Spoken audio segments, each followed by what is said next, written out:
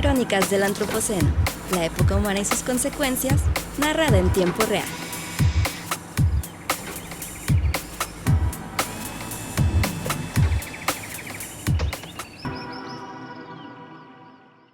Hola, ¿qué tal? Y bienvenidos a Crónicas del Antropoceno. Yo soy Víctor González Quintanilla. Hoy voy a tener a varios especialistas que me acompañen durante la sesión, durante este programa especial que hacemos con motivo del Día Mundial del Medio Ambiente. Y además, tú, nuestro auditorio, quienes hayan mandado ya a través de las redes sociales algunas preguntas, me vas a ayudar a hacerle las preguntas a los especialistas, a entrevistarlos o sobre todo a pedirles su opinión, a hacerles estos cuestionamientos con respecto a las dudas que tienes en el término o dentro del campo del cambio climático y cómo afecta a la ciudad y a nuestra región, y a nuestra salud, y a nuestras vidas, y a las vidas de todas las especies con las que compartimos este mundo.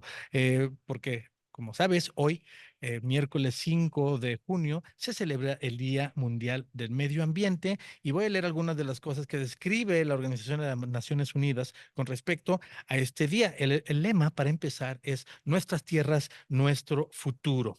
Los ecosistemas, dice, de todo el mundo están en peligro, desde bosques y tierras áridas hasta tierras agrícolas y lagos. Los espacios naturales de los que depende la existencia de la humanidad están llegando a un punto de no retorno. Según la Convención de las Naciones Unidas de lucha contra la desertificación, hasta el 40% de las zonas terrestres del planeta están degradadas, lo que afecta directamente a la mitad de la población mundial. El número y la duración de los periodos de sequía han aumentado 29% desde el año 2000 y si no se toman medidas urgentes, las sequías podrían afectar a más de 3/4 de la población para 2050, mediados del siglo. Por esta razón, el Día Mundial de Medio Ambiente 2024 se centra en restaurar las tierras, detener la desertificación y fortalecer la resiliencia a la sequía bajo el lema Nuestras tierras, nuestro futuro. Somos la generación regeneración. No podemos retroceder, dice el comunicado, en el tiempo, pero sí podemos hacer crecer los bosques, revitalizar las fuentes de agua y restaurar los suelos. Somos la generación que puede hacer la paz con la tierra. Y pues para hablar de esto hemos invitado a 5 especialistas de diferentes temáticas dentro de la Universidad de Guadalajara, de varios centros universitarios que nos acompañan, algunos por primera vez, algunos ya han estado aquí con nosotros y los has escuchado ya en Crónicas del Antropoceno, que nos van a acompañar hoy para platicar de este tema y los voy presentando uno por uno. Nos acompaña la doctora Valentina Davidova Beletskaya. Ella es ingeniera meteoróloga, maestra en ciencias matemáticas y doctora en física atmosférica por la Universidad Nacional Autónoma de México. Este último, su doctorado.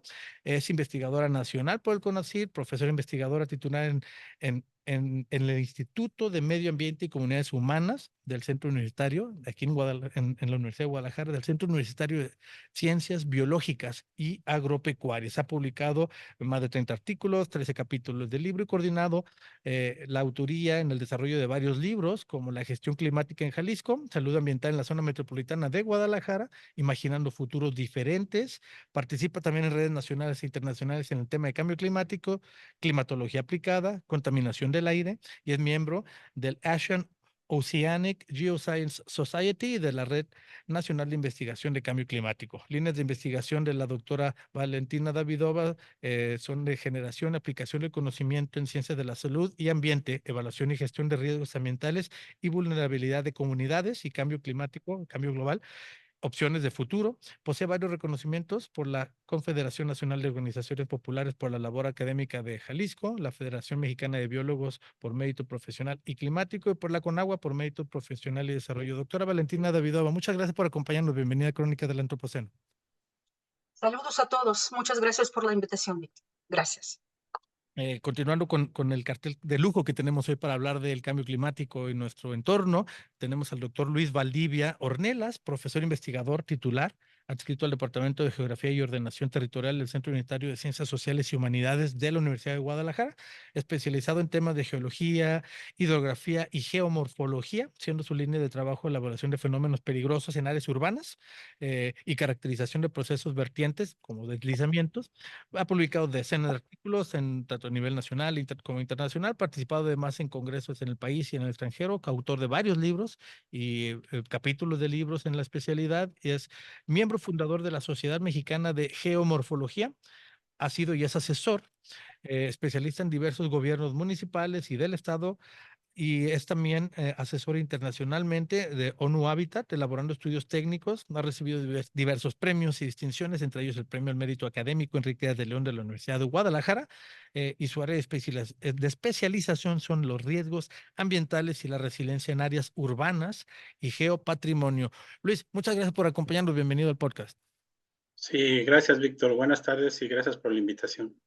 No, encantado que estés aquí, Luis, y que nos den su tiempo todos. También presento a la doctora Ana Karina García Suárez. Ella es médico y cirujano y partera, con maestría en ciencias en la salud ambiental y actualmente doctorante en salud ocupacional por la Universidad de Guadalajara. Es docente en el Centro Universitario de Ciencias de la Salud de la Universidad de Guadalajara y en la Universidad del Valle de Atemajac y en las unidades de aprendizaje y epidemiología, salud pública, salud ambiental. En la universidad está asignada, aquí en la Universidad de Guadalajara está asignada al Laboratorio de Enfermedades transmitidas por vectores relacionados principalmente con dengue y la enfermedad de Chagas.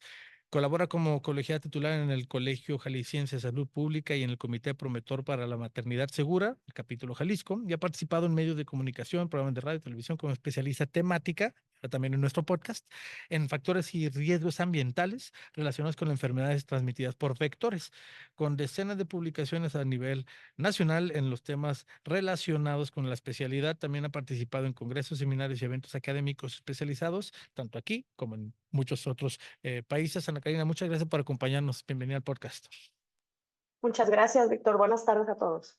Continuando con el cartel que tenemos hoy para poder analizar estos temas, le doy la bienvenida a Mario Enrique García Guadalupe, que es ingeniero químico con especialidad en tecnología de plásticos, maestro en ciencias de la tierra, con especialización en oceanografía y meteorología física. Es doctor en Ciudad, Territorio y Sustentabilidad por la Universidad de Guadalajara, profesor titular en el Departamento de Física del Centro Universitario de Ciencias Exactas e Ingenierías, el CUSEI de la UDG. Ha desarrollado investigación en tesis en las temáticas de evaluación físico-química de la acidez de las precipitaciones y su dinámica en la zona metropolitana de Guadalajara, lo que conocemos como lluvia ácida, y la contaminación del aire en las ciudades. Caso de estudio, la zona metropolitana de Guadalajara, así como coautor, también ha sido coautor de estudio de concentración de contaminantes como los dióxidos de azufre, dióxido de nitrógeno, correlación de nitrógeno, sulfatos y nitratos durante la temporada de lluvias en la zona metropolitana de Guadalajara. Asimismo, consultor en el capítulo Aire en su línea Sustentabilidad Ambiental del Estudio Internacional ONU Habitat, Guadalajara Metrópolis Próspera. La línea de investigación que actualmente desarrolla Mario se relaciona con la contaminación del aire en las ciudades. Mario, muchas gracias por acompañarnos. Bienvenido a Crónicas del Antropoceno. Muchas gracias por la invitación. Saludos a todos. Y para cerrar este cartel, que ha estado muy por el lado de las ciencias de la atmósfera, tenemos también a un biólogo que ya ha estado aquí con nosotros y que también es del Departamento de Geografía, Pedro Méndez Guardado. Ya lo escuchaste con nosotros en el podcast hace unas pocas semanas, estuvo acompañándonos, hablando también de sequía. Pedro Méndez es biólogo por la Universidad de Guadalajara, maestro en ciencias en ecología y manejo de recursos naturales por la Universidad del Estado de Nueva York y la Universidad de Syracuse, doctor en biosistemática, ecología y manejo de recursos naturales también por la UDG, profesor investigador en el Departamento de Geografía y Ordenación Territorial y docente del Seminario Iberoamericano del Patrimonio como factor de desarrollo territorial en la Universidad Católica de Salta, en Argentina. Pedro es también miembro consultivo de la Red Plus de la CEMADET Jalisco y del Subcomité de Investigación Académica y Cambio Climático del Archipiélago de Revillagigedo de la CONAMP. Actualmente también es profesor de los módulos Ordenamiento Territorial, Ambiente y Desarrollo y Gestión Ambiental en la Maestría de Ordenación Territorial en la Rávida Universidad Internacional de Andalucía, Huelva, España. Sus principales líneas de investigación abordan cambio climático en los tipos de cultivo en municipios colindantes a la laguna de Chapala, el impacto del COVID-19 en la producción de lácteos en Jalisco desde la visión de los sistemas agroalimentarios y los impactos ambientales en la isla Clarión, esto también en el archipiélago de Revillagigedo. Pedro, muchas gracias por acompañarnos. Bienvenido de vuelta a Crónicas del Antropoceno. Muchas gracias por la invitación y saludos para todos. Perfecto. Pues bueno, les pido que ya todos se conecten, prendan sus cámaras para que podamos hacer aquí el diálogo ya colegiado entre todos. quiten su mute, si lo tienen, para que podamos tener aquí el diálogo todos completo. Les platico que invitamos a nuestros auditorios a través de las redes sociales del Museo de Ciencias Ambientales a que hicieran sus propias preguntas y llegaron preguntas ya sea en texto, incluso por ahí tengo una como mensaje de voz, así que en su momento las voy a ir poniendo. Pero si están de acuerdo, para dar una primera ronda, yo voy a hacer una pregunta y después nos vamos con las preguntas del público. Entonces, esta primera pregunta sería un contexto general desde el campo de especialidad de cada uno de ustedes. Estamos en plena temporada de calor, entonces yo creo que eso a todos nos queda, pero muy claro. Aquí en nuestra región está haciendo un calorón. Está muy seco también y tiene que ver mucho con el tema de este año, del Día Mundial del Medio Ambiente. Entonces, estamos en pleno calor y en pleno estiaje. El lema del año contra la desertificación y viene muy probablemente también después de que en 2023, el año pasado, se registraron niveles récord de temperatura en todo el mundo, que además fueron intensificados por la acción, según entiendo, del fenómeno meteorológico oceánico El Niño. Entonces, la primera pregunta que les voy a lanzar, y ya vamos uno por uno, empezamos las damas primero. ¿Cuál es el contexto general desde su área de especialidad con respecto a los efectos del cambio climático en la zona metropolitana y los paisajes que la rodean? Para todos la pregunta, empezamos con la doctora Valentina Davidova, si está de acuerdo, sobre el cambio climático, esto del fenómeno El Niño y qué esperamos también para la temporada ciclónica más adelante. Así es, desafortunadamente, cambio climático no es un mito ni es una cuestión a discutir. Ya está probado que el clima está cambiando a causa del efecto de los gases invernadero. Estamos hablando que la sobreproducción del dióxido de carbono a lo largo de la era industrial, que inició todavía a finales del siglo X y IX, la famosa revolución industrial, crecimiento de las fábricas, etcétera. Entonces, este gran uso de carbón, aceite, después petróleo, gasolina, etcétera, etcétera, etcétera, ha producido enormes cantidades de los gases de efecto invernadero, principalmente dióxido de carbono, que tiene vida muy larga en la atmósfera. Mucho ojo. Sí.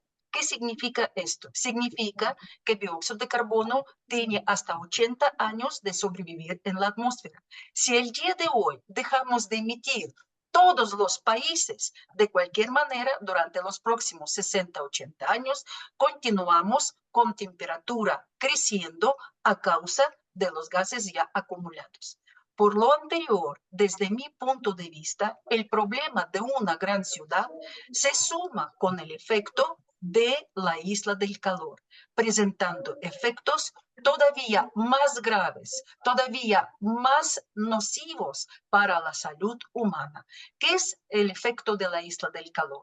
Es el efecto de la construcción de edificios altos, deforestación masiva, es decir, disminuir la cantidad de las zonas verdes urbanas relacionado con tal de incrementar áreas para construir zonas de fraccionamientos, casas, edificios, etcétera, lo cual incrementa la intensidad de la isla del calor. ¿Qué significa incremento? Supongamos que tenemos 1 hectárea de vegetación nativa.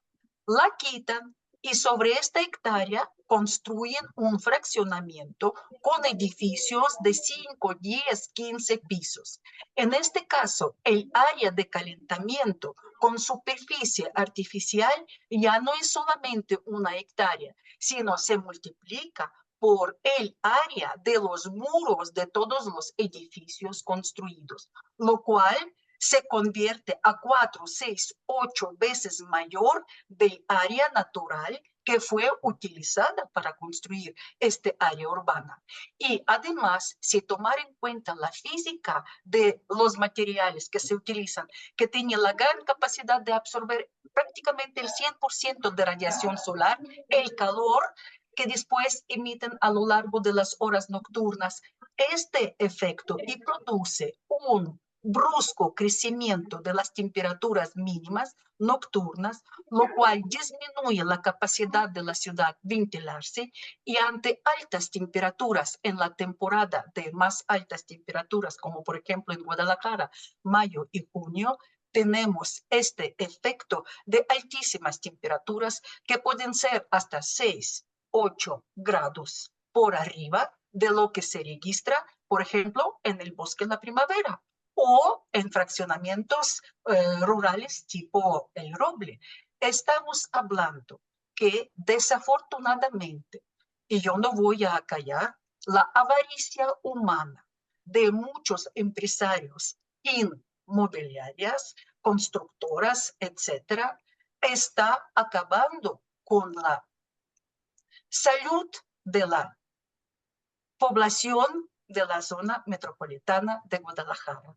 Es decir, tapatíos, pónganse listos, exigen, si van a construir fraccionamientos, que aseguran áreas verdes, mínimo un 25% del área construido.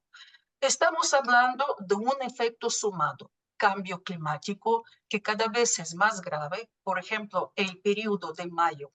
Este mayo en Jalisco fue el periodo de temperaturas máximas récords, no solamente por su magnitud de 37, 38 grados a lo que llegamos, sino por el tiempo que perdura. Estamos hablando que es la quinta semana que estamos registrando las temperaturas por arriba de 33.1 grados, que es el promedio de la temperatura máxima a un 99% de probabilidad. Estamos hablando de que estamos registrando temperaturas 3, 4, 5 grados por arriba de lo normal. Efectivamente, esto es muy grave para la salud humana. Es decir, efecto del cambio climático es el efecto del fondo, es decir, la temperatura ha crecido de 1.5 hasta 2 grados centígrados de acuerdo a las últimas estimaciones, más el efecto de la isla del calor. Y ahí estamos. ¿Qué se puede hacer para combatir este problema? Solamente recuperar áreas verdes, dejar de forestar. Estamos hablando de áreas rurales, boscosas que rodean la zona metropolitana de Guadalajara. La gente que estudia muy poco no entiende que el bosque juega un gran papel en refrescar el clima. ¿Por qué? Porque la hoja evapotranspira y forma aquella humedad la cual regula estas temperaturas extremas. Por lo tanto, más árboles tumbamos, menor defensor tenemos, o menor defensa tenemos contra estas temperaturas extremas.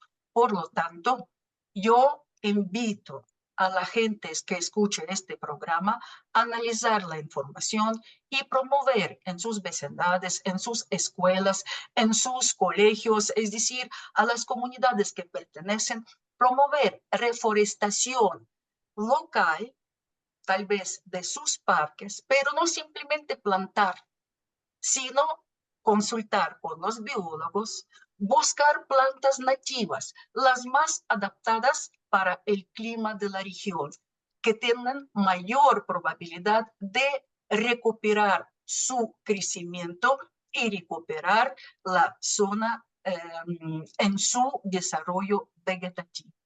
Por lo tanto, hay mucho que hacer. Y sobre todo, exigir reglamento ambiental que para el desarrollo inmobiliario tan caótico, tan, yo diría, abusivo ya. ¿Por qué? Por ejemplo, yo hace unos minutos entré en mi página de Facebook y encontré mínimo 7 anuncios en diferentes colonias, en diferentes municipios de la zona metropolitana de Guadalajara, ofreciendo la venta de departamentos en los fraccionamientos de Zapopan, de Tlajomulco, de Guadalajara y de Tonalá, en donde hay de la venta de los consultorios hasta la venta de departamentos y o casas. Es decir, el día de hoy continuamos de una manera desmedida construir, tumbando árboles, eliminando áreas verdes, únicamente empeorando las condiciones climáticas que ya estamos viviendo el día de hoy. Es una corta intervención que me gustaría pasar. Tal vez suene algo negativa. Sin embargo, lo que les digo es una absoluta verdad, que está confirmada con números, con gráficas, con estimaciones que fueron realizados por mis estudiantes de la maestría en Ciencias de la Salud Ambiental. Por ejemplo, Daniel Chan Alamilla hizo demostrar que el incremento de temperatura, la presencia de las olas de calor, ha incrementado la mortalidad por golpe de calor, por estrés térmico, a un 45% a lo largo de los últimos 15 años. Además, la tasa de mortalidad en el primer lugar está en Guadalajara y le sigue el Zapopan y Tonalá, más o menos semejante, Tlaquepaque y Zapopan. Tlajomulco está en el último lugar, ¿pero por qué?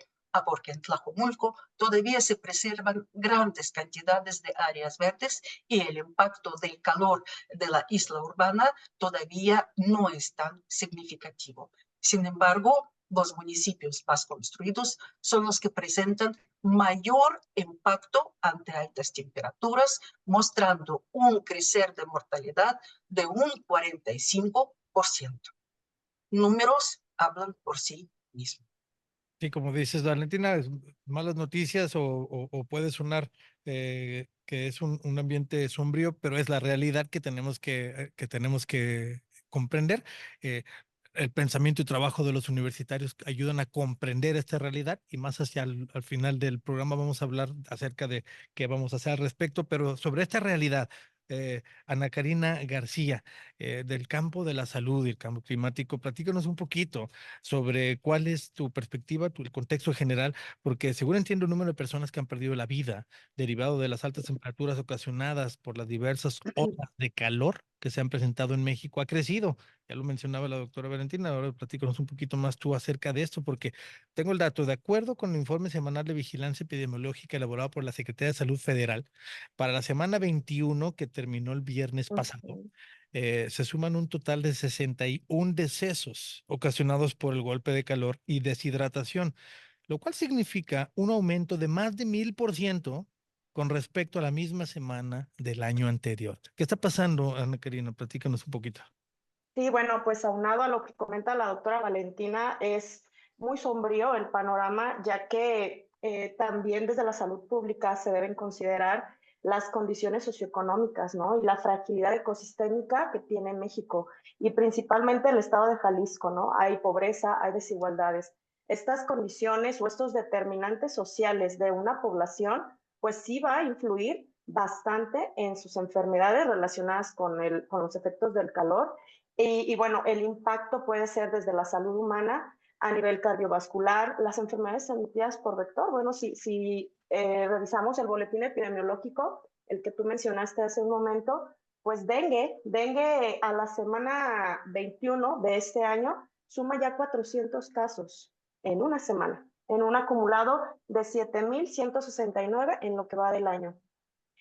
En el año 2023, en esta misma semana 21, se contabilizaron 100 casos, a diferencia de 400 en esta semana. O sea, sí hay una gran diferencia del número de casos y que está relacionado, eso ya está muy estudiado, está relacionado con estos cambios de calor, porque no solamente estamos hablando de incendios forestales, también estamos hablando de sequías o inundaciones, porque precisamente el cambio climático representa estas variaciones de clima que pueden ser cíclicas y que se van a manifestar con estos eventos extremos en los cuales el Estado de Jalisco pues, no está preparado por las mismas condiciones sociales que se tienen, ¿no? En la comunidad.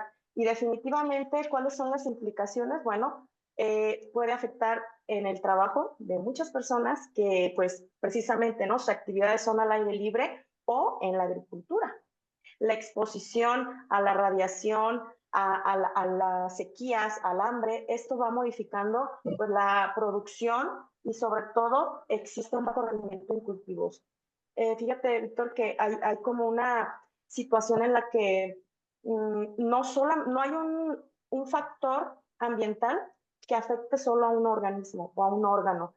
Hay un estudio en el que se involucran diferentes situaciones desde lo endocrino, desde lo autoinmune, desde lo hormonal que puede perjudicar al ser humano.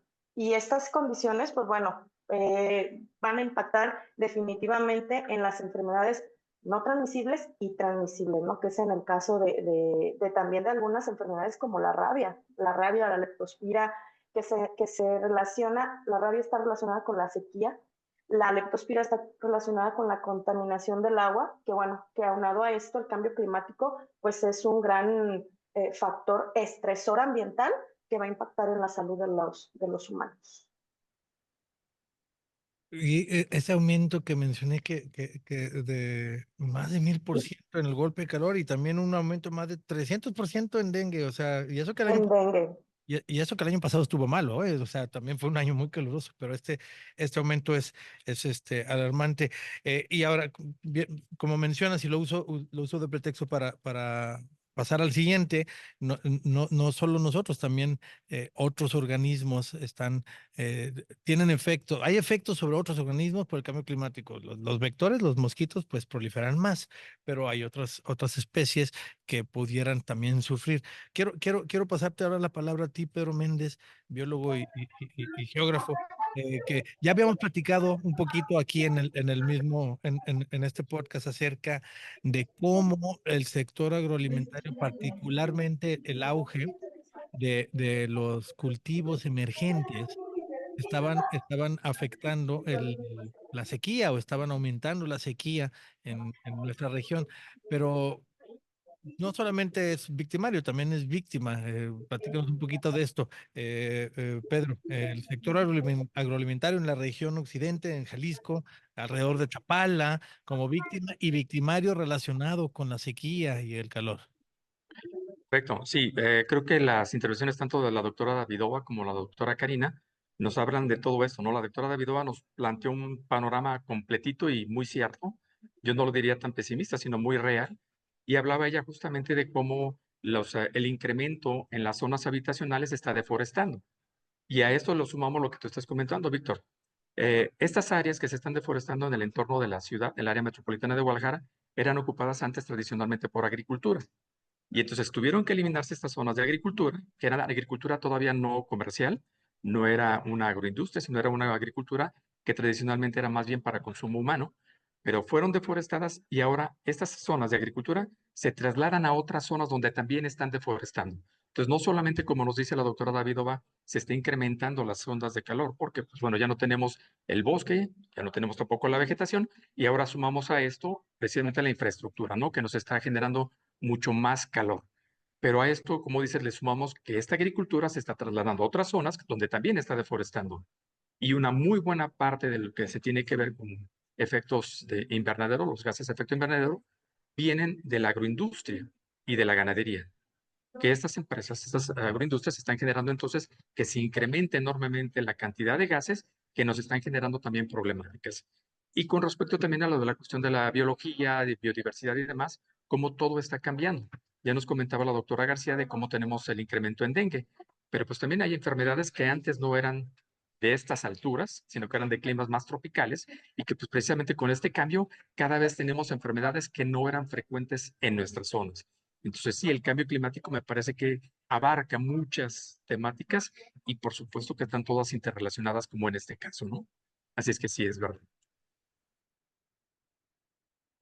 Mario, para también darte la oportunidad de que hagas una primera intervención y con tema de actualidad, en la Ciudad de México ha habido, al parecer, menos de 10 días dentro de los parámetros aceptables en cuanto a la calidad del aire. Ha habido contingencia tras contingencia.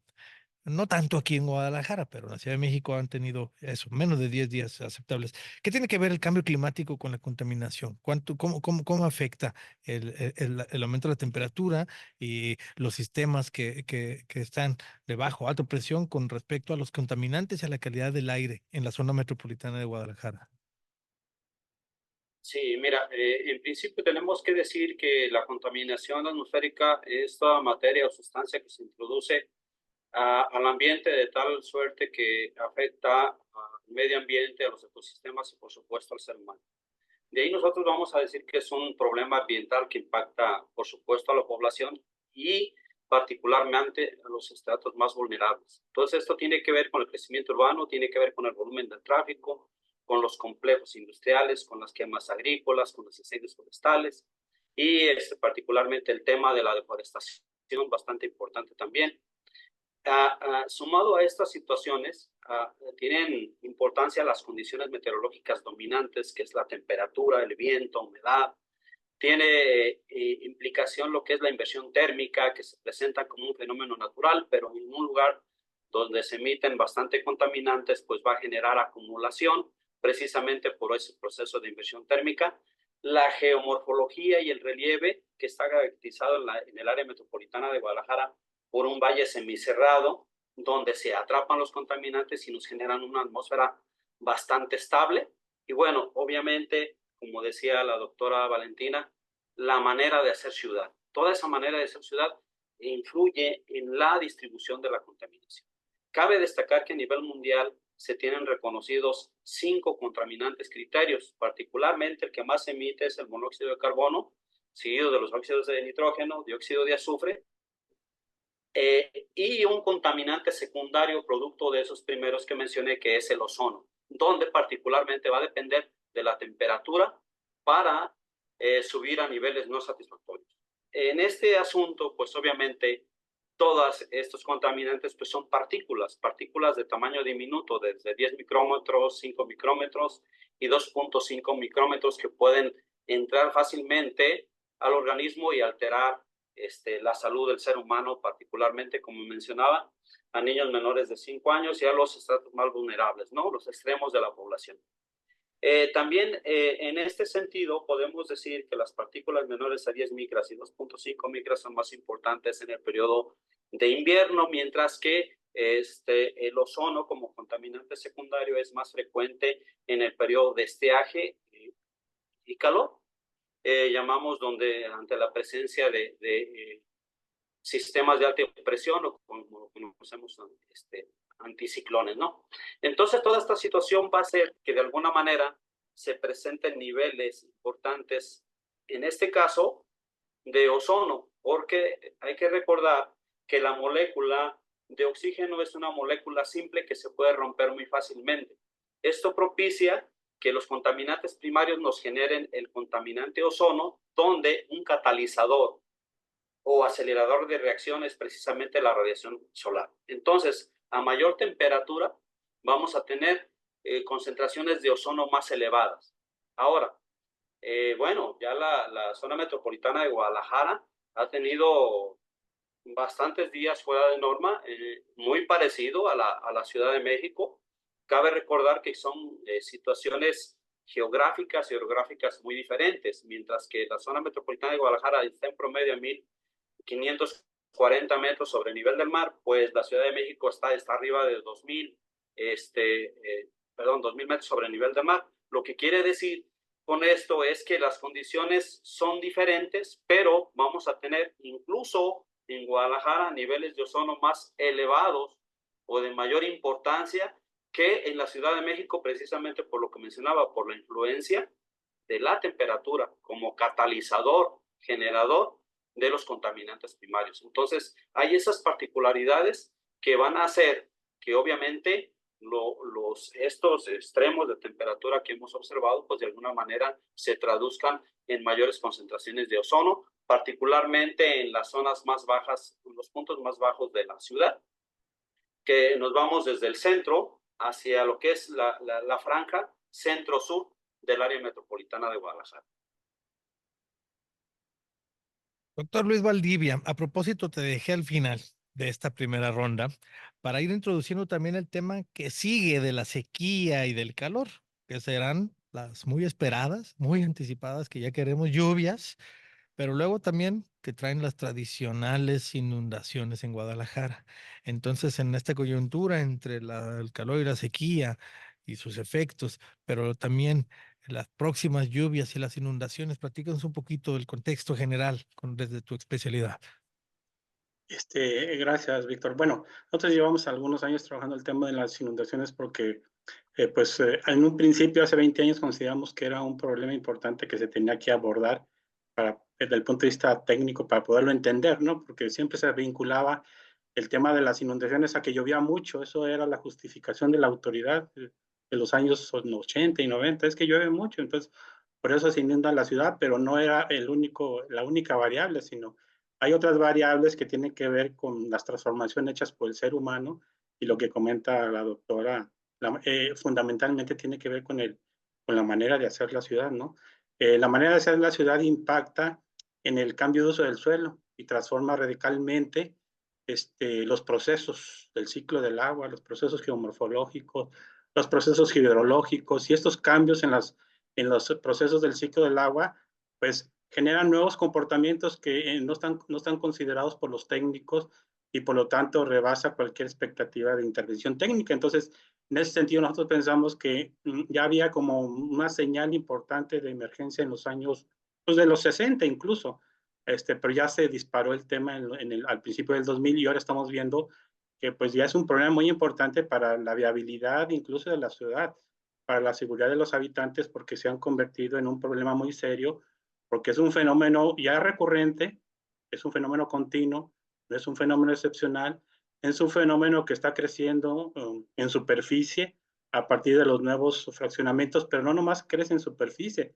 Desafortunadamente hemos estado observando que crece en peligrosidad, ¿no? Que tiene que ver con mayor velocidad del agua, que es lo que estamos observando en muchos de los lugares donde tradicionalmente se está inundando, mayor velocidad, mayor altura de la inundación y nueva infraestructura urbana como los pasos a nivel, pues están convirtiendo en una especie como de trampa mortal. Entonces es fundamental entender el tema desde el punto de vista técnico y no nomás echarle la culpa a la autoridad, básicamente le echa la culpa a los ciudadanos de que es la basura y que hay que recogerla y cuidar y no tirarla, pero no tiene que ver con la manera en que creció la ciudad y transformó radicalmente las condiciones hidrográficas del Valle de Temajac. Y, por ejemplo, el ejemplo que yo pongo de esa transformación sin un sentido técnico fue el entubamiento del río San Juan de Dios.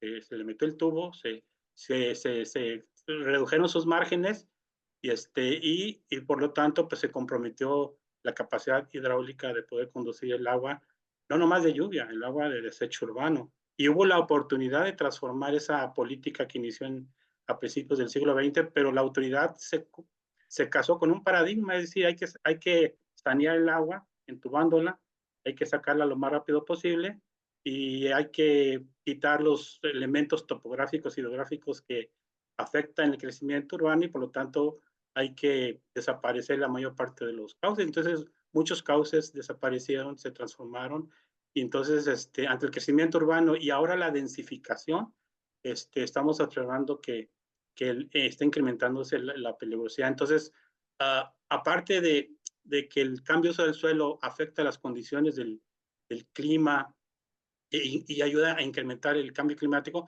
pues se dan procesos distintos a los que se estaba acostumbrado en la naturaleza y no tenemos manera de poderlo enfrentar si no nosotros establecemos una política distinta a de lo que tradicionalmente se ha venido dando en muchas ciudades y particularmente en Guadalajara, porque no hay que olvidar que Guadalajara, pues históricamente, desde que pues teníamos, no memoria, nuestros bisabuelos vivían aquí en el Valle de Temajac, pues llueve así, o sea, llueve a cántaros, como dicen, llueve torrencialmente. Es un fenómeno natural que está vinculado con el choque de sistemas climáticos que vienen del Pacífico y de los sistemas secos que vienen de la zona de los cañones del Cuchipila, de Tlaltenango. Entonces estamos en una zona de convergencia donde se dan fuertes tormentas de intensidad horaria y ante el cambio climático hemos estado observando, todavía nosotros no entendemos mucho el impacto que tiene el cambio climático en condiciones de mayor incremento de las precipitaciones intensas, pero por ejemplo el año pasado, que fue muy regular, tuvimos 30 días con inundaciones y como 300 registros de inundación y está arriba del promedio histórico que nosotros tenemos documentado para 100 años de observación. Entonces, estamos ante una ciudad altamente vulnerable que sí necesita, digamos, entender lo que nos puede pasar porque estamos en una zona de convergencia de lluvias que se pueden considerar peligrosas porque no nomás llueve mucho, sino hay fuertes rachas de viento, hay muchos rayos, descargas eléctricas y mucho viento y eso genera una ciudad, que esta ciudad en estas condiciones sea altamente vulnerable. Y el ejemplo lo vimos la semana pasada con la primera tormenta del martes. Hubo inundaciones muy importantes en la ciudad. Vamos ahora, bueno, las preguntas. Todos esta primera intervención. Vamos a una ronda de preguntas para todos que viene de parte de nuestro auditorio, que nos llegaron aquí de diferentes, por diferentes medios a través de las plataformas, perdón, de las redes del Museo de Ciencias Ambientales, a través de los que nuestra audiencia va empezando a conectarse más con este podcast y con el museo que construimos aquí en la Universidad de Guadalajara. Así que ahí voy a aventar las que nos alcance el tiempo. Por ejemplo, estabas hablando un poquito acerca del clima, así que voy a agarrar una que tiene que ver todavía con eso para la doctora Valentina, que nos pregunta Aniceto Mejía, ¿qué papel tiene la influencia de la niña en el comportamiento climático en Jalisco? Estás muteada, Valentina. Perdón, Víctor. Adelante. Sí. Definitivamente el fenómeno el niño, la niña o en general el niño, oscilación del sur, tiene un gran impacto sobre el régimen de lluvia en México y particularmente en la región centro-occidente de nuestro país. Cuando se presenta fenómeno el niño, fase caliente, normalmente se dan inviernos más húmedos de lo normal, es decir, se dan precipitaciones por arriba de lo que normalmente se registran en los meses diciembre, enero, febrero, mientras que la temporada de lluvia se da más seca y se presenta la sequía interestival. La niña es un fenómeno contrario al niño, fase negativa le llaman, es decir, cuando la corriente marina empieza a presentar anomalías por debajo de lo normal. Esto produce, como quien dice, el efecto normal del desarrollo de la precipitación, pero intensificando esta precipitación, por lo que normalmente la temporada de lluvia se presenta muy abundante. Pero el invierno y primavera normalmente se registran muy secos y más cálidas de lo normal. Por lo tanto, cuando la niña perdura 3, 4 años, nosotros podemos registrar 3, 4 periodos de invierno-primavera con temperaturas muy altas y mucho más secos, lo cual puede condicionar sequías hidrológicas acumuladas por este periodo. De tal manera que la temporada de lluvia que se dará en el verano puede llegar de no recuperar esta sequía. De hecho, es exactamente lo que vivimos el día de hoy.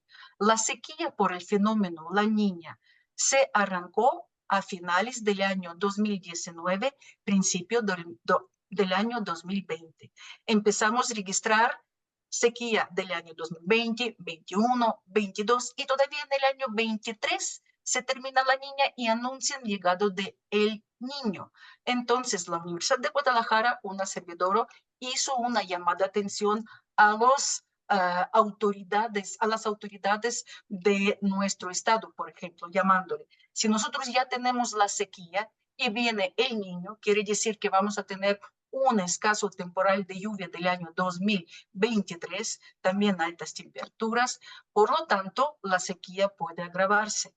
Dicho hecho, y ahorita terminamos fenómeno El Niño y otra vez está en víspera la llegada del fenómeno La Niña, lo cual puede significar que otra vez vamos a tener unos inviernos más cálidos y más secos de lo normal. Por lo tanto, podemos registrar la sequía no solamente muy intensa y muy extensa, lo que se registra a partir del año 2020 en todo el territorio de la República Mexicana, sino también la más prolongada para la región centro-occidente del país. Cuando la niña se da en cortos periodos, normalmente tenemos buenas lluvias en verano y una buena recuperación de los cuerpos del agua. Cuando la niña se alarga 4, 5 años por periodo, la sequía hidrológica empieza a ganar. Muchas gracias. Ana Karina, tengo una pregunta aquí con respecto a la salud. Emiliano Rodríguez nos pregunta, eh, ¿cómo el cambio climático afecta directamente mi salud? ¿Cómo me protejo? Muy bien. Bueno, ¿cómo afecta? Hay diferentes circunstancias en las que puede afectar. Por ejemplo, el incremento de las temperaturas nos puede llevar a golpes de calor, a la deshidratación. Y bueno, aquí hay que poner énfasis en las personas que tienen condiciones médicas que son particularmente vulnerables, ¿no? También como las personas mayores y los niños en este caso. El aumento de las enfermedades transmitidas por vector, y pues no solo el mosquito, Víctor, también hay otros vectores que causan enfermedades, como por ejemplo, pues la garrapata, ¿no? La enfermedad de Lyme, y pues también algunas que pueden aparecer en regiones donde antes no eran comunes, como lo mencionó el doctor anteriormente, que hablar de dengue hace 20 años, pues era hablar prácticamente de lugares como la costa, ¿no? A diferencia que ahorita estamos hablando de zonas urbanas, donde ya esos patrones pues se han estado modificando. Y bueno, las enfermedades respiratorias, el calentamiento global, pues contribuye en gran medida a la contaminación del aire. Esto también puede llevar a un aumento en los niveles de polen, lo que puede pues empeorar prácticamente algunas o exacerbar algunas enfermedades respiratorias como el asma o incrementar las alergias. Esto también aunado pues a lo que se está viviendo, ¿no? Actualmente en el estado, como son los incendios forestales, y que puede liberar contaminantes y algunas partículas que nos pueden dañar pues, a nivel respiratorio. Hablando de las enfermedades relacionadas con el agua, pues se pueden considerar aquellas que se transmiten directamente por el agua como enfermedades de tipo diarrea, cólera, también las que son transmitidas por los alimentos. Y bueno, hablando también ahorita de lo que mencionaban sobre las inundaciones y la contaminación de fuentes de agua puede facilitar pues esta propagación de las enfermedades. Y hay algo muy interesante que se está observando, que es el impacto en la salud mental. Estos eventos climáticos extremos, la pérdida de los trabajos, la pérdida de los hogares o las viviendas, los medios de vida, y bueno, esta incertidumbre sobre el futuro nos puede llevar a efectos negativos específicamente en la salud mental de las personas, esto incrementando pues una ansiedad, una depresión o incluso posterior a un evento extremo, un estrés postraumático.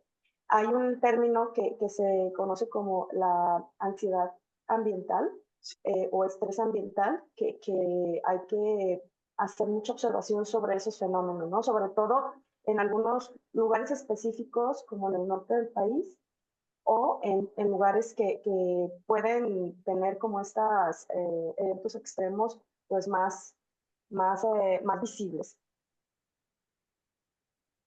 Muchas gracias, Ana Karina.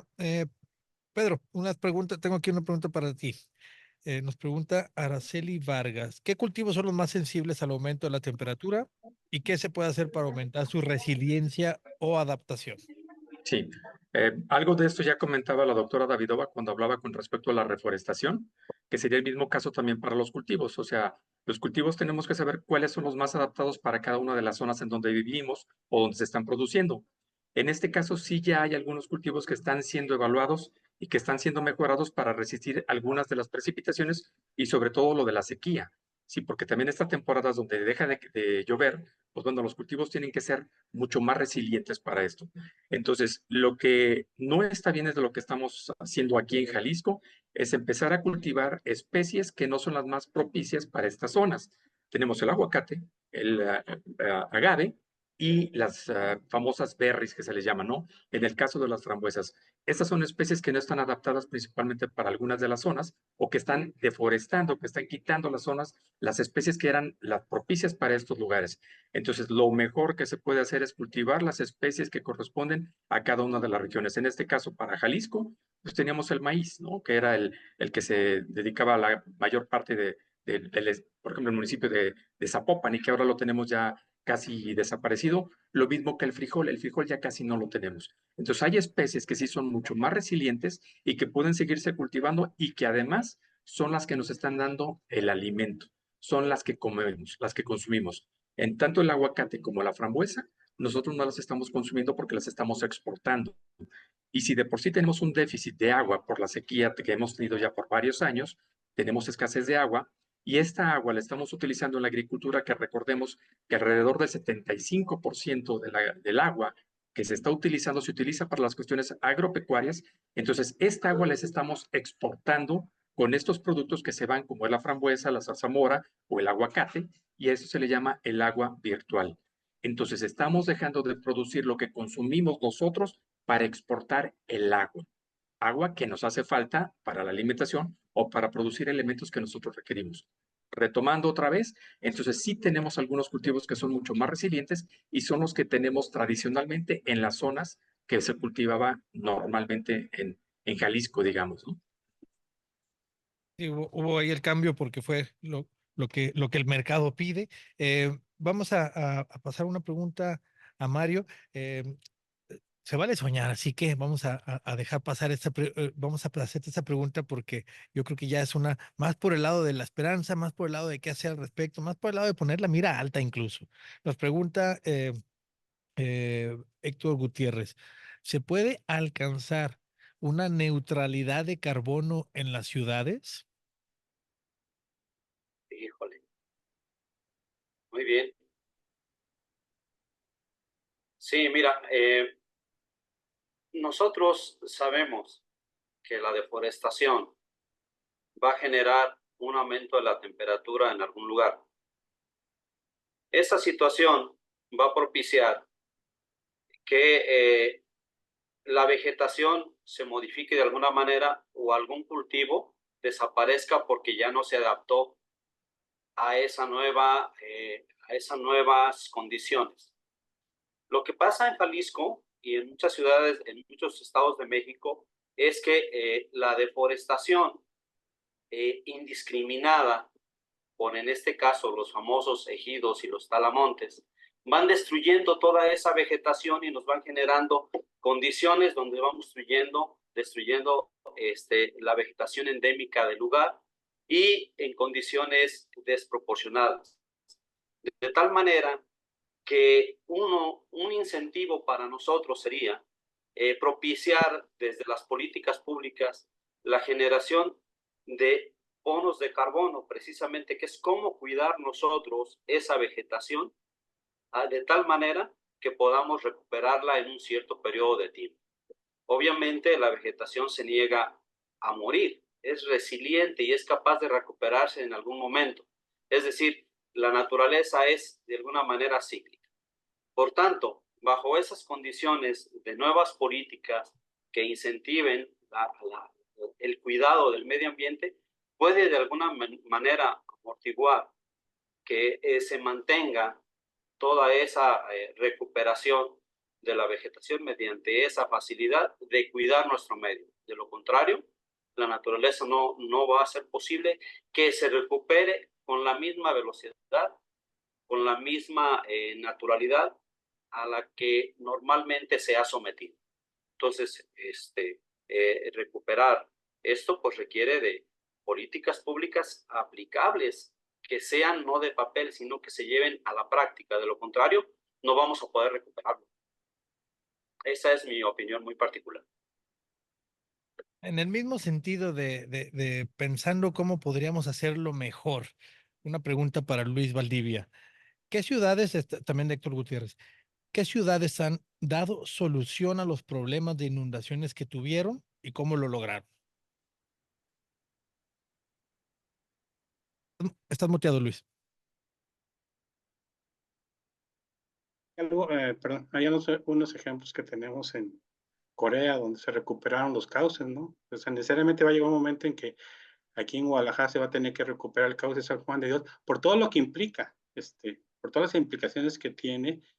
Necesariamente se va a tener que tomar la decisión, yo pienso que a mediano plazo, de recuperar las condiciones del ciclo del agua en la cuenca de San Juan de Dios, pero hay casos particulares parecidos a los de nosotros, por ejemplo, en Barcelona. Barcelona sufría constantemente, todo el sur de España sufre con problemas de lluvias torrenciales que le llaman el agua, la gota fría, es decir, lluvias torrenciales de 80, 90, 100 milímetros, Y ahí se hicieron estudios para entender el fenómeno primero climatológico y cómo funciona en el territorio y qué implicaciones tiene en las ciudades. Entonces, ahí se ha desarrollado nuevas políticas de, digamos, de manejo del agua de lluvia a través del cambio de paradigma, porque aquí llevamos 100 años con el tema de que hay que seguir haciendo colectores y cada vez de mayor longitud y cada vez con mayores dimensiones para lluvias torrenciales que precipitan 40, 30, 50 milímetros en una hora, y entonces que es necesario sacar el agua lo más rápido posible. Entonces eso ya no se puede seguir pensando en esos términos que se pensaban en los años 40, 50, 60. La autoridad ha intentado, así, de manera muy tibia, tratar de revertir el cambio a través de una política que se implementó en el año 2012, pero totalmente desarticulada y ha generado más problemas. Por ejemplo, los tanques famosos de retención en diferentes parques públicos como en San Rafael, y ha traído problemas sociales incluso, ¿no?, con los vecinos. O pequeños tanques de retención sin estudios hidrológicos adecuados, como en la zona de Patria, donde se desbordó completamente ante una lluvia, y eso genera incluso mayor riesgo de la población a sufrir algunos efectos. O ampliaciones, por ejemplo, del DEAN, ¿no?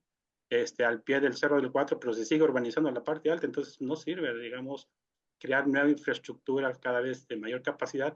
Si hay un desorden en el proceso de crecimiento urbano y se altera todas las condiciones del ciclo del agua. Entonces tenemos que regresar a entender el concepto del ciclo del agua que lo aprendemos en la primaria, ¿no? Entonces tenemos que respetar el ciclo del agua a través de establecer políticas de captación, retención, detención, infiltración del agua, incrementando las superficies boscosas, la vegetación, o haciendo pequeñas obras hidráulicas.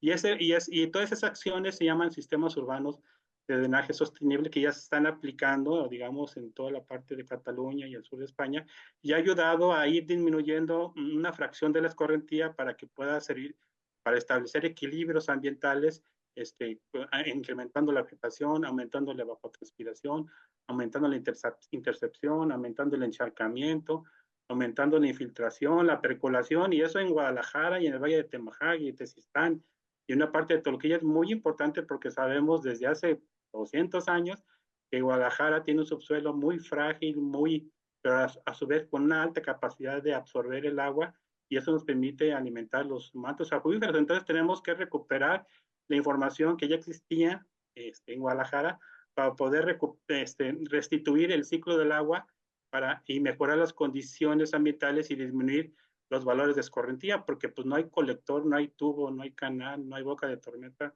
que pueda captar todo el agua que está escurriendo. Incluso ahora estamos observando desde hace algún tiempo, pero ahora con mayor preocupación, es que el agua de los colectores está saliendo en los registros, y eso está incrementando los valores de escorrentía. Y un ejemplo clásico es lo que está pasando en Avenida México y López Mateos, que se genera una escorrentía muy alta, no tanto por el agua de lluvia, sino por la agua de la emisión de los colectores, que ya no tienen capacidad de poder conducir el agua de lluvia. Apenas pueden conducir el agua de desecho urbano precisamente por este incremento de la densidad a través de la creación de nuevos edificios. Entonces tenemos que recuperar las condiciones del ciclo del agua y en un momento determinado volver a abrir cauces importantes, como por ejemplo el San Juan de Dios.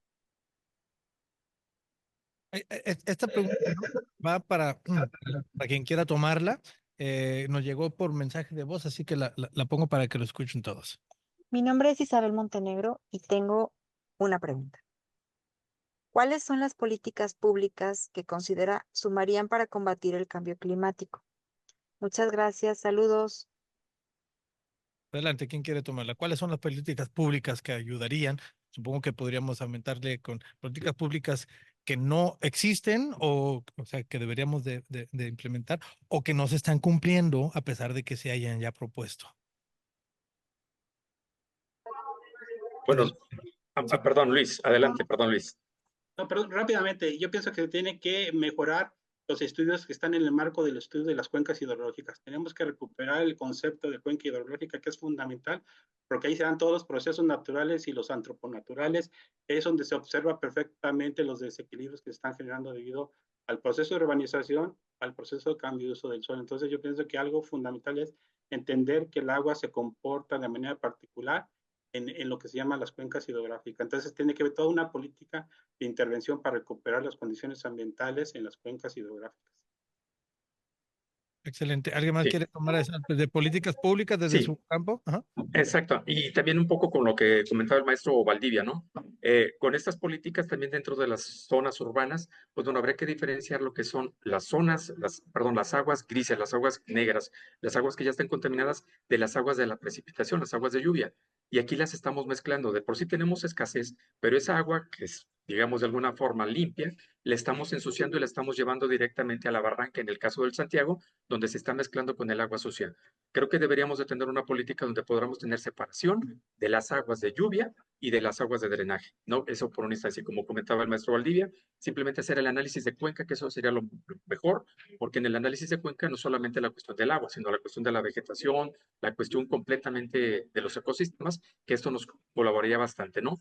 Y por supuesto que fuera una reforestación en la ciudad, pero que fuera real, no como la que nos dicen en el radio, ¿no? Que somos la ciudad que ha tenido ya 5 veces el premio porque ha sido la ciudad que más se reforesta. Pues bueno, yo no sé dónde se reforesta porque cada vez veo menos árboles en la zona metropolitana de Guadalajara y nos siguen dando premios por esa reforestación que no sé dónde está. Pues ya como manera de cierre y por lo que acaba de suceder, por el clima en el que estamos, público en México, sin ánimos de sumar, digamos, a todo lo noticioso, sino pensando verdaderamente en el futuro, en un mejor futuro para todos.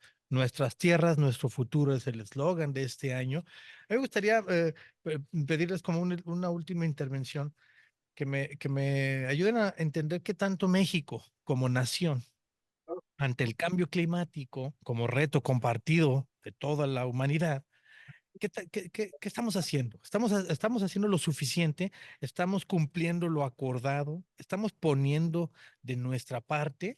Y yo creo que aquí voy a aprovechar para mezclarlo con la pregunta que también es parecida a lo que yo quiero saber, es que como nación, ¿cómo estamos respondiendo en el concierto global? Pero Lupita Gómez pregunta, ¿cuál creen que debería ser la prioridad número uno en el tema ambiental de la próxima presidenta de México? ¿Quién quiera contestar? Adelante, doctora Valentina Davidova. Bueno, incluso yo pienso que esta pregunta está muy ligada a la pregunta anterior. Yo siento que a lo que debe enfocarse ahora las instituciones que se dedican al estudio del medio ambiente y su regularización o normalización es acción climática, en donde acción climática debe estar en el primer lugar en comparación con la búsqueda de la mitigación de las emisiones. Por alguna razón, los países como México, Latinoamérica, pues tienen que cumplir los compromisos que les encargan países muy desarrollados, disminuir emisiones, a pesar de que no estamos en primeros lugares por emisión. Sin embargo, el impacto del cambio climático es muy grave, lo estamos viviendo. Por lo anterior, yo propongo que la acción climática se pone en el programa en el primer lugar, en donde la acción climática exactamente busca recuperación de servicios ecosistémicos típicos para el territorio nacional, para aminorar estas temperaturas extremas, así como el cambio en el régimen de lluvia aquí en nuestro territorio nacional. También promover agricultura climáticamente inteligente. Muchos países ya lo hacen. En México no se dice ni una palabra. Secretaría de Agricultura, por alguna razón, no se centra en la búsqueda de tecnologías o normas conocidas como agricultura climáticamente inteligente. ¿Qué significa? Significa búsqueda y promoción de los cultivos típicos para alguna otra región que, aparte de dar de comer, asegurar, digamos, lo que se llama soberanía alimentaria, también absorbe el dióxido de carbono de la mayor, digamos, capacidad. Estamos hablando de sumidero biológico de dióxido de carbono. Y además, búsqueda de acciones climáticas relacionado con las lluvias que se presentan. Sí, la intensidad de lluvia va a crecer y en las ciudades sobre el suelo impermeable, prácticamente impermeable, concreto, asfalto, etcétera, no existe la oportunidad de que se infiltra este agua, sino va a crear flujos, inundar la ciudad, etcétera. Por lo que ya en otros países, en otras ciudades, se desarrollan esquemas de separar el drenaje para agua fluvial y agua negra. De tal manera que agua limpia de lluvia simplemente se dirige a sumideros naturales o criados y después con un ligero tratamiento se reusa esta agua para necesidades de la ciudad, como riego de jardines, riego de parques, etcétera, etcétera. Es decir, acción climática, visualizando cada una de estas direcciones, tanto desde el punto de vista de recuperación de servicios ecosistémicos, recuperación de análisis de servicios hidrológicos dentro de áreas de interés, así como investigar y promover agricultura climáticamente inteligente aquí en nuestra región. Yo pienso esto debe ser la prioridad. Muchas gracias, doctora Valentina Davidova. ¿Quién quiere continuar con estas ideas No. acerca de cuál es la prioridad para el próximo sexenio?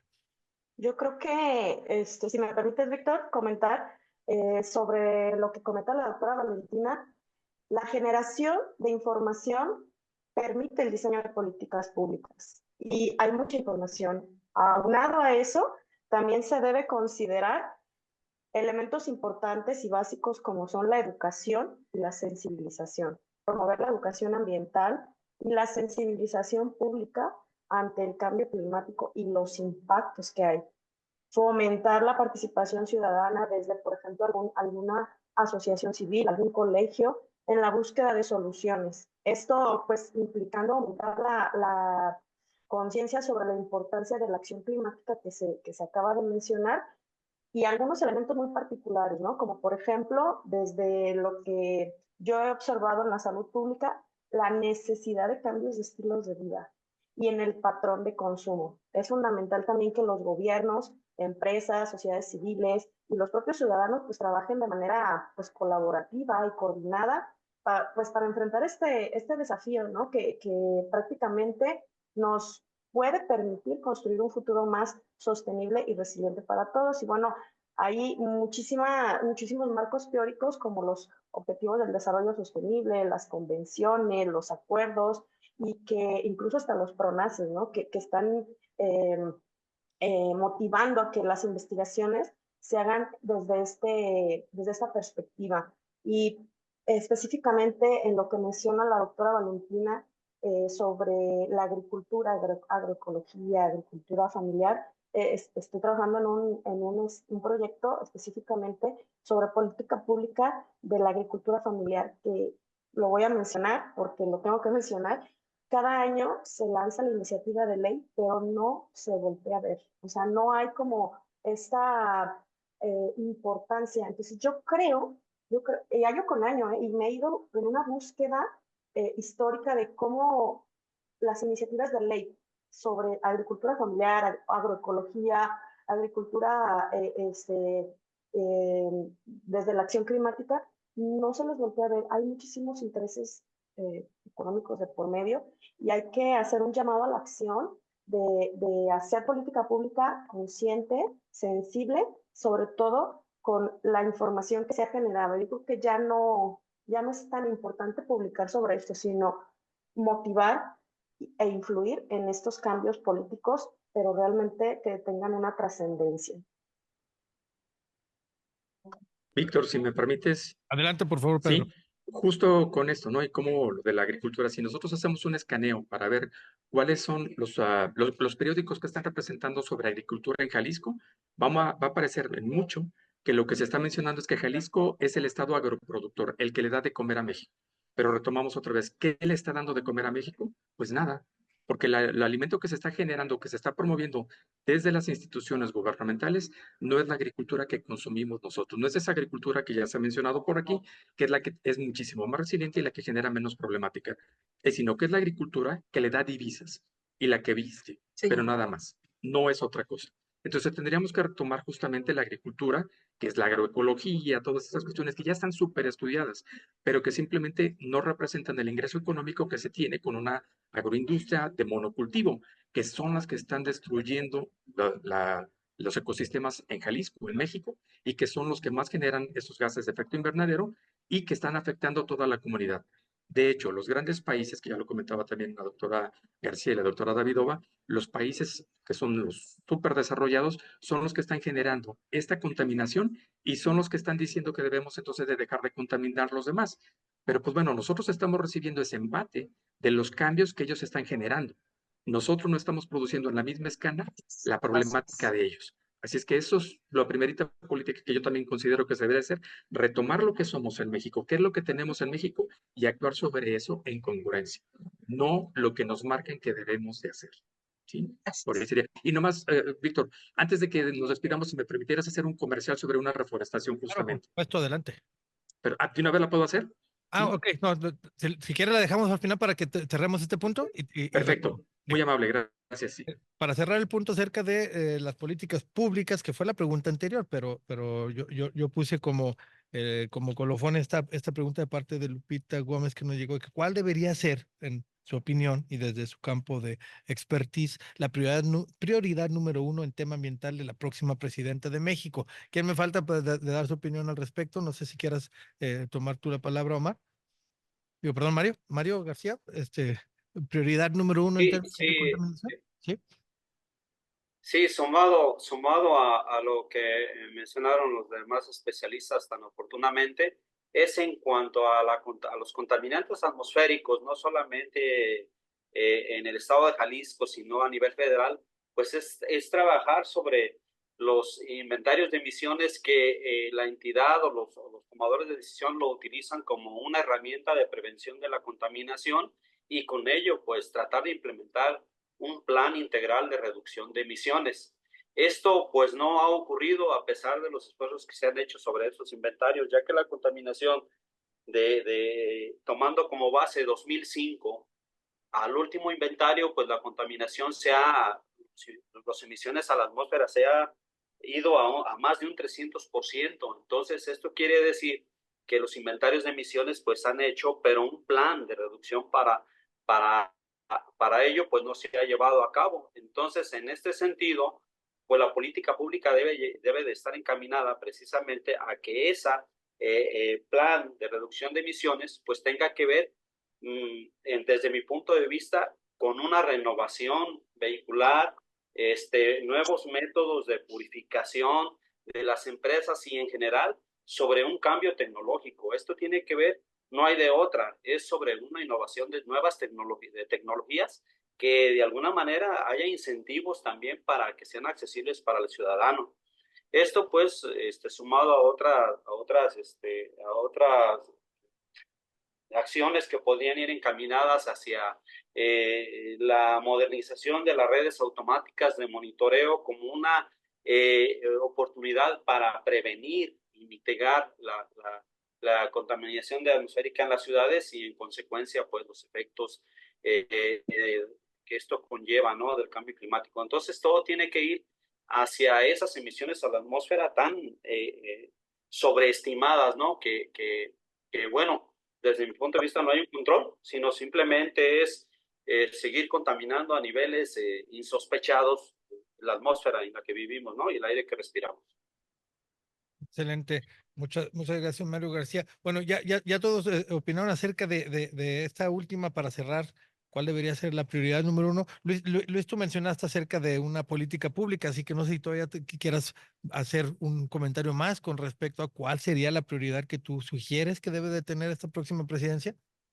Es que hay muchas, pero pensando en que nosotros que estudiamos los fenómenos peligrosos, utilizamos una ecuación que se llama peligro, vulnerabilidad y riesgo. Entonces, en realidad, el peligro afecta las condiciones, la vida, la actividad económica de la población y las personas más vulnerables son las personas más pobres. Entonces, consideramos que un aspecto, una política muy importante, pues es seguir impulsando el apoyo a los pobres para que sean menos vulnerables y aumenten su capacidad de resiliencia porque desafortunadamente, por ejemplo, aquí en México y en Jalisco particularmente, pues ya tenemos muchos fenómenos peligrosos que no necesariamente el cambio climático los ha activado, ¿no?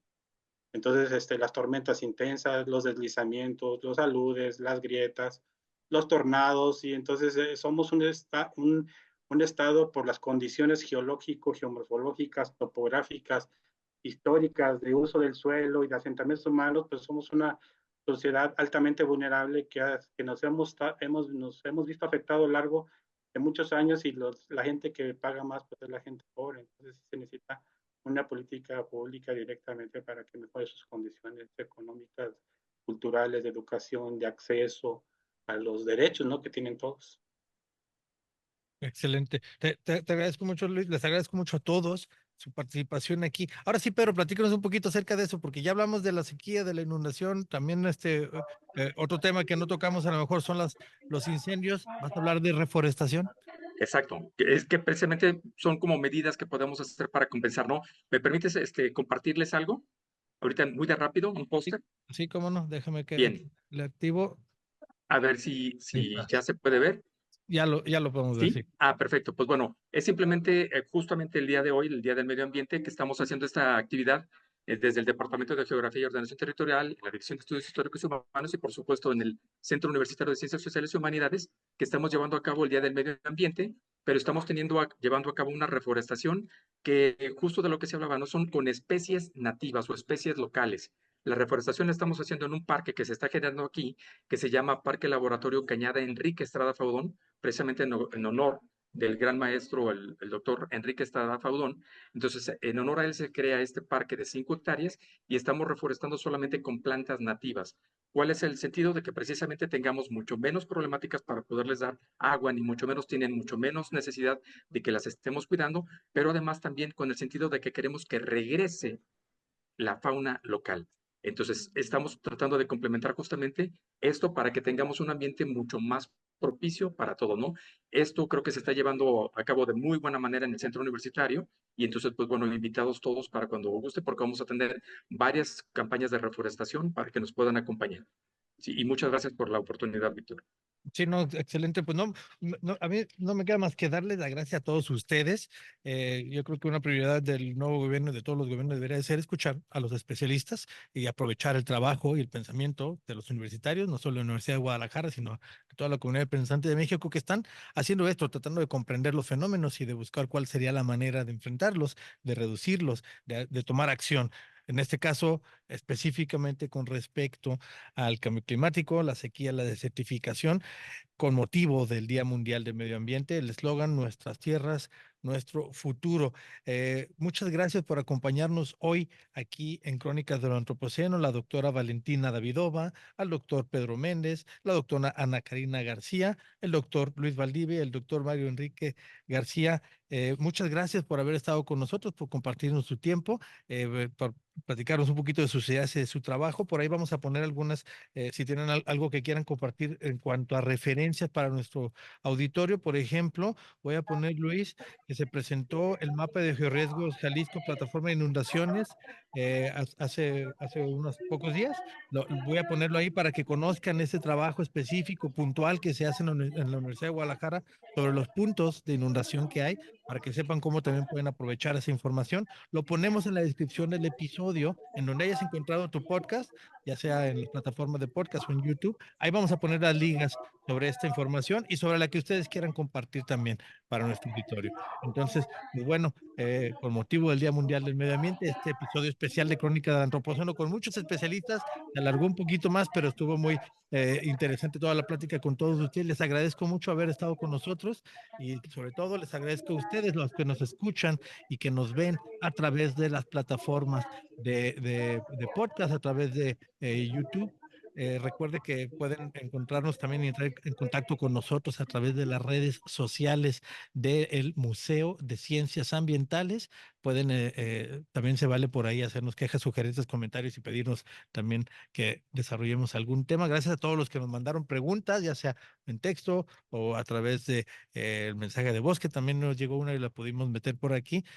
esa era la idea, que las preguntas llegaran también de muchas partes, no solo yo soy el preguntón cotidiano de este podcast, pero también llegaron preguntas de todas otras partes. Entonces, pues bueno, no me resta más que invitarlos a que nos sigan en nuestro podcast. Muchas gracias a los especialistas, gracias a los que nos escuchan. Sigan pendientes de la próxima de estas crónicas del Antropoceno. Esto fue Crónicas del Antropoceno, una producción del Museo de Ciencias Ambientales de la Universidad de Guadalajara. Gracias por escuchar.